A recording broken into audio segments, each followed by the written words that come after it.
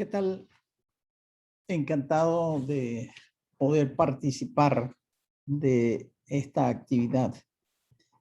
Y me han pedido que conversemos un poco de cómo atender a las personas que forman parte de esa comunidad que ahora se llama LGTBI y que cada día se le agregan nuevas letras por las variantes que puede tener.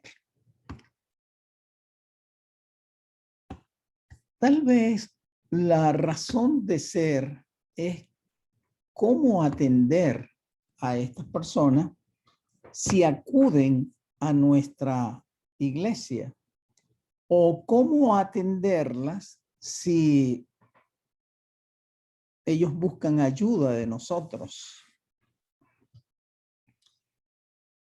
Entonces, yo creo que la primera cosa que tenemos que tener bien clara, no podemos tener prejuicios para atender a cualquier persona. Porque el mismo prejuicio deberíamos tenerlo si una persona sabíamos que antes era drogadicto, que era ladrón, que era cualquier otra actividad que juzguemos que no es adecuada. Así que no podemos tener una aversión a priori contra las personas independiente de los que ellos manifiesten ser. Y si una persona viene a la iglesia porque está desesperada, porque viene a buscar ayuda, oye, creo que como cristianos lo que deberíamos hacer es abrir las puertas para ayudar a esta persona que viene en busca de ayuda. Tal vez algunas preguntas pudieran surgir en la mente de ustedes. ¿Puede una persona que sea homosexual a través de la iglesia abandonar esta conducta? Y la respuesta es definitivamente sí. Y ha conocido de casos y la respuesta es sí. Porque para Dios no hay imposibles. Y los pecados que tú y yo cometimos antes de conocer el Evangelio eran igual pecados que tener una desviación sexual. Quien clasifica los pecados somos nosotros, pero para Dios los pecados son pecados.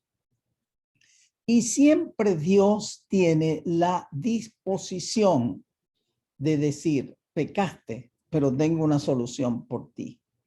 El Señor Jesucristo murió por ti y por mí para que tú puedas limpiar tus culpas. Y lo único que tienes que hacer es, vete y no peques más. Y a partir de ahora, comienza a actuar como yo te voy a decir. Eso es lo que tenemos que saber y eso es lo que tenemos que hacer y así es como funciona esto. Pero claro, van a haber algunas cosas que deberíamos comentar al respecto. Por ejemplo, ¿qué dice la Biblia al asunto este de la comunidad? Bueno, vamos al Antiguo Testamento y en el Antiguo Testamento van a conseguir muchos textos que hablan, por razones de tiempo, yo les voy a mencionar solo un versículo. Dice, no te echarás con varón como con mujer. Es abominación. Así que evidentemente aquí está. No. La Biblia dice no. ¿Y qué dice el Nuevo Testamento? Por cierto, el versículo anterior es aplicable también a las damas. No dice dama allí, pero el sentido es el mismo. ¿Qué dice el Nuevo Testamento? ¿No sabéis que los injustos no heredarán el reino de Dios? No erréis. Ni los fornicarios, ni los idólatras, ni los adúlteros, ni los afeminados, ni los que se echan con varones. Así que el Nuevo Testamento también es conteste con el asunto. La Biblia no da posibilidades a la homosexualidad. Ahora, algunas veces la gente se pregunta, ¿cómo nacemos? ¿Nacemos ya con un sexo o no? ¿O el sexo se va formando a medida que vas con tu experiencia? Pues vamos a analizar esto. Cuando tú naces, ya tienes un sexo definido. Tú naces varón o naces hembra. Y la gente pudiera preguntarse, ajá, ¿y si eres hermafrodita? Bueno, mire, ¿quién les habla? Formó parte de un comité de intersexo del Hospital Antonio María Pineda, y ese comité estaba integrado por ginecólogos, pediatras, psiquiatras, psicólogos, genetistas, anatomopatólogos, trabajadores sociales. Es decir, toda la gente que tenía que ver con esto estaba allí presente. Déjenme decirles que tengo 48 años de graduado de médico y en toda mi vida una sola vez vi un ovotesti. Ovotesti es una gónada que tiene parte de ovario y parte de testículo, pero es sumamente extraño. Y un hermafrodita verdadero nunca he visto a ninguno en mi vida. ¿Y qué es lo que se ve? Algunas veces se ven anomalías en los genitales que pudieran confundir cuando uno lo observa. Por ejemplo, si una niña tiene una hiperplasia adrenal congénita, que es una enfermedad que hay un defecto para la transformación de los andrógenos en, eh, en, en corticosteroides, esa niña va a tener genitales ambiguos y pareciera que son genitales masculinos, pero cuando tú le haces su código genético, inmediatamente vas a saber que es una niña. Y al colocarle tratamiento no va a haber ningún inconveniente. Esto nos introduce entonces a preguntarnos cómo hizo Dios las cosas. ¿Qué dice la Biblia de cómo comenzó? Y es muy sencillo. Dice, y creó Dios al hombre a su imagen, a imagen de Dios los creó. Y mira cómo los creó. Varón y hembra los creó. Pero ¿qué dice la genética? Ah, mire, el estudio genético es una cuestión realmente interesantísima. Y cada uno de nosotros tiene su ADN. Y en el ADN está toda la información genética para el funcionamiento de todas las células de tu cuerpo. Cuando hablamos de sexo, estamos diciendo que el sexo es un conjunto de características que permite distinguir un macho de una hembra o un varón de una hembra.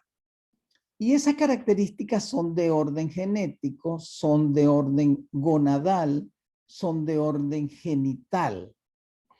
pero la determinante es el sexo genético.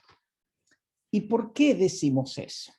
Miren, cuando se forma el huevo o cigoto, ¿cómo se forma? Se forma con un óvulo que siempre es X y se va a formar, se va a unir a un espermatozoide que puede ser X o que puede ser Y.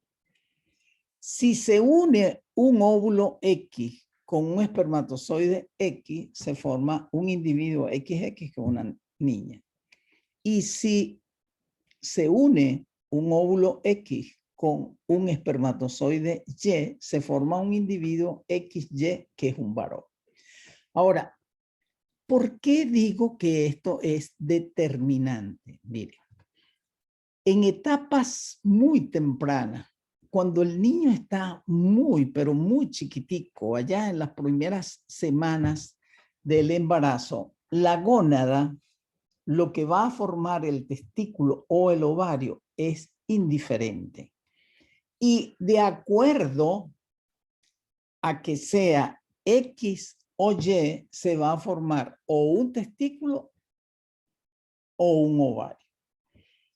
Entonces, hay unas células que se llaman células germinales. Si el individuo es XY, se van a arreglar de forma tal que se quedan en la periferia y van a formar ovocitos. Pero si el individuo es XY, se van hacia la parte central y van a formar los túbulos seminíferos y allí se van a comenzar a formar espermatozoides. Interesante también, el niño desde etapas muy chiquitas va a tener una cosa que se llama células de Leydig. Y esas células de Leydig responden a una hormona que se llama la hormona luteinizante. Pero la HCG, que se llama gonadotropina coriónica, tiene una formación molecular muy parecida a la LH. Entonces, esa gonadotropina coriónica actúa sobre las células de Leydig y se producen grandes cantidades de testosterona. Se produce testosterona en el niño muy chiquito. Esa testosterona va a ser responsable que se formen los órganos genitales internos masculinos. Y va a formar también una sustancia, el testículo no solo forma testosterona, sino forma una sustancia que se llama inhibidor del Müller. Lo que quiere decir que ese inhibidor del Müller hace que desaparezcan las estructuras femeninas. Y la testosterona actuando en los genitales externos del niño provoca que haya la aparición de los genitales externos de un varón. Es decir, se forma el pene, se forman las bolsas escrotales y dentro de esas bolsas escrotales van a estar los testículos. Ahora, ¿qué pasa si es un XX? La gónada, en vez de formarse, ya lo dije, en vez de formarse testículo, se forma un ovario. Pero ahora no hay testosterona, ni hay inhibidor del Müller. Así que la parte masculina interna necesita testosterona para formarse. Como no hay testosterona, porque el ovario no produce testosterona, entonces no crece, se desaparece. Y como no hay inhibidor del Müller, porque eso lo forma es el testículo, bueno, simplemente lo que va a ocurrir es que el Müller se va a desarrollar y el Müller va a formar las trompas de falopio y va a formar el útero y el tercio superior de la vagina. Por su parte, los genitales externos, como lo que va a haber suficiente es estrógeno, entonces el tubérculo genital que en el varón iba a formar el pene, si está estimulado por testosterona, como no hay testosterona, se forma el clítoris. Y los pliegues uretrales van a formar los labios menores y unas bolsas que están a los lados van a formar los labios mayores. Así que todo esto está perfectamente desarrollado. Ahora, ustedes pudieran preguntarse, ajá, ¿y los hermafroditas? Bueno,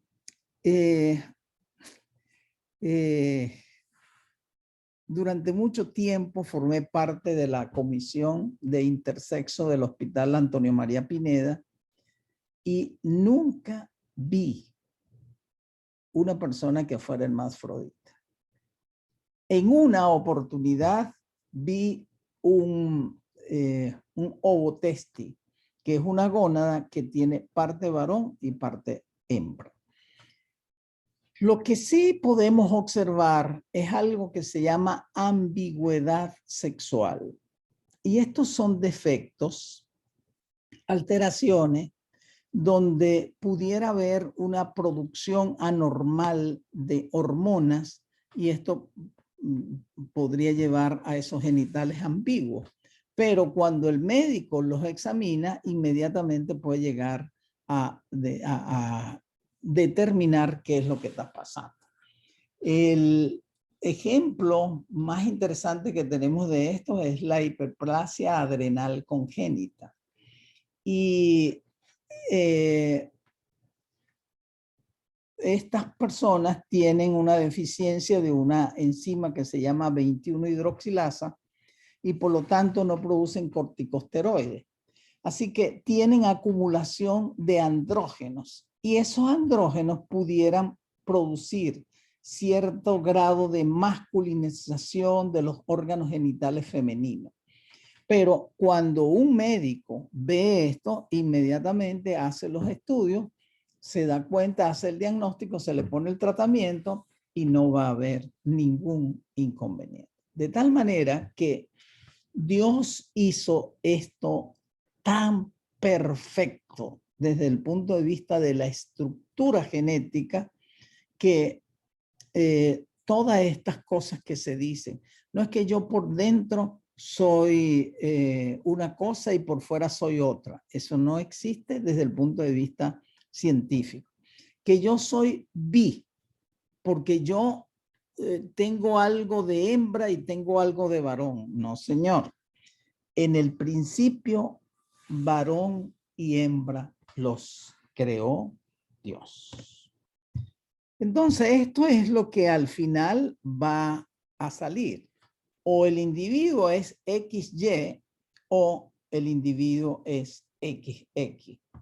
Ya dijimos que los XX son las hembras o las damas y los XY van a ser los varones o lo que van a ser posteriormente un caballero. Ahora, ¿qué es lo que hacemos en la iglesia? En la iglesia usted lo que tiene es que enseñar y estudiar la Biblia con esa persona. Y el fundamento de lo que usted tiene que hacer, lo que debe hacer, es presentarle el amor de Dios.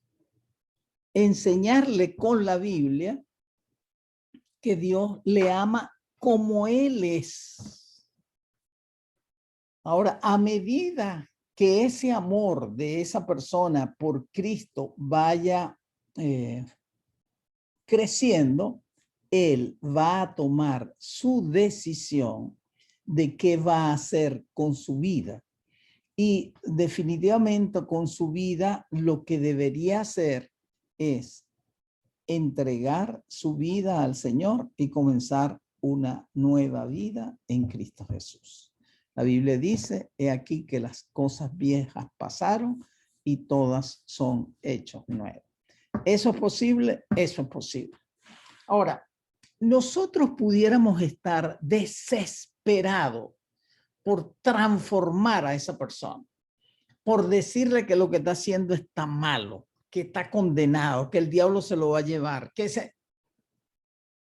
no hagas eso, porque tus palabras más que bien pueden hacer es daño.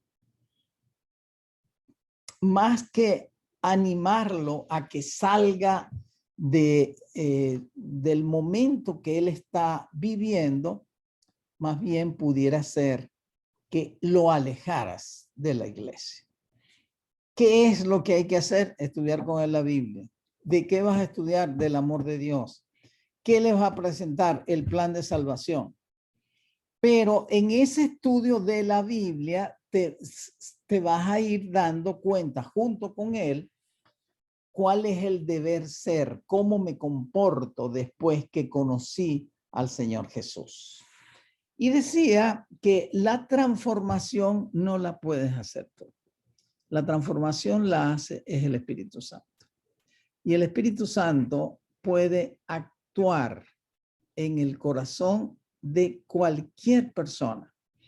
Y si esa persona oye la voz del Espíritu Santo, no solo puede cambiar una conducta homosexual, puede ser el peor criminal y ser transformado. Ahora, esto no es un invento mío. Ustedes pueden ver la experiencia del ladrón de la cruz. No era ningún bichito bueno, era todo lo contrario. Pero en ese momento él reconoció y le dijo al Señor, acuérdate de mí cuando estuvieras en tu reino. Y el Señor le aseguró, vas a estar conmigo en el reino de los cielos. Y sabe que nosotros podemos creer y sentirnos como muy seguros, pero no hay nadie que esté más seguro que el ladrón de la cruz, porque fue el propio Señor Jesús quien le aseguró que iba a estar con él en la patria celestial. Así que creo que debemos dar esa información, debemos hablar del plan de salvación, debemos atender a esa persona, demostrarle nuestra amistad, nuestro deseo de querer ayudarlo. Si hay de parte de él la petición, mira, yo tengo esta condición, quisiera que ustedes me ayudaran a salir. Bueno, si usted no es un especialista de esto, no se ponga a inventar. Hay que buscar un equipo multidisciplinario, hay que buscar un psicólogo.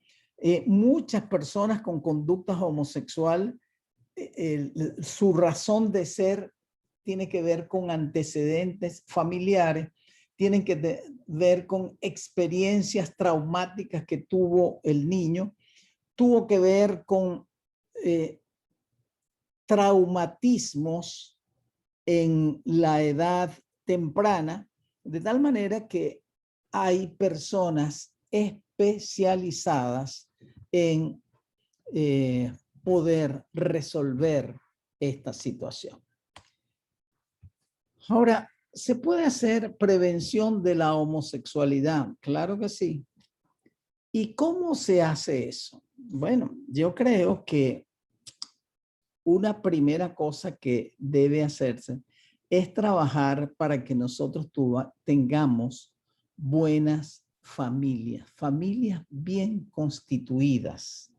Hay gente que se casa y al poco, no, yo me voy porque estoy enamorado de otra mujer, o yo me voy porque estoy enamorado de otro hombre.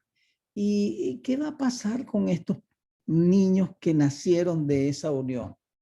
Bueno, simplemente van a quedar solos, van a sufrir, no van a tener el ejemplo de un papá que debería transmitir la conducta masculina. Entonces, ¿qué van a ver ellos? Que la mamá se pone tacones, que se peina, que tiene movimiento, y el varoncito pudiera copiar esos ademanes. Y los amiguitos, cuando vean al niño con estos ademanes, pues podrían comenzar a inducirlos a tener relaciones homosexuales. ¿Y de dónde salió esto? Bueno, salió de no tener una familia bien constituida. Igual debería conversarse sobre esto. Hoy a lo bueno le decimos malo y a lo malo le decimos bueno. Hay una cantidad de personas que lucha porque drogas como la marihuana es buena. Y bueno, nos venden eso y se lo pueden vender a nuestros hijos, pero también le pueden vender que la homosexualidad es buena.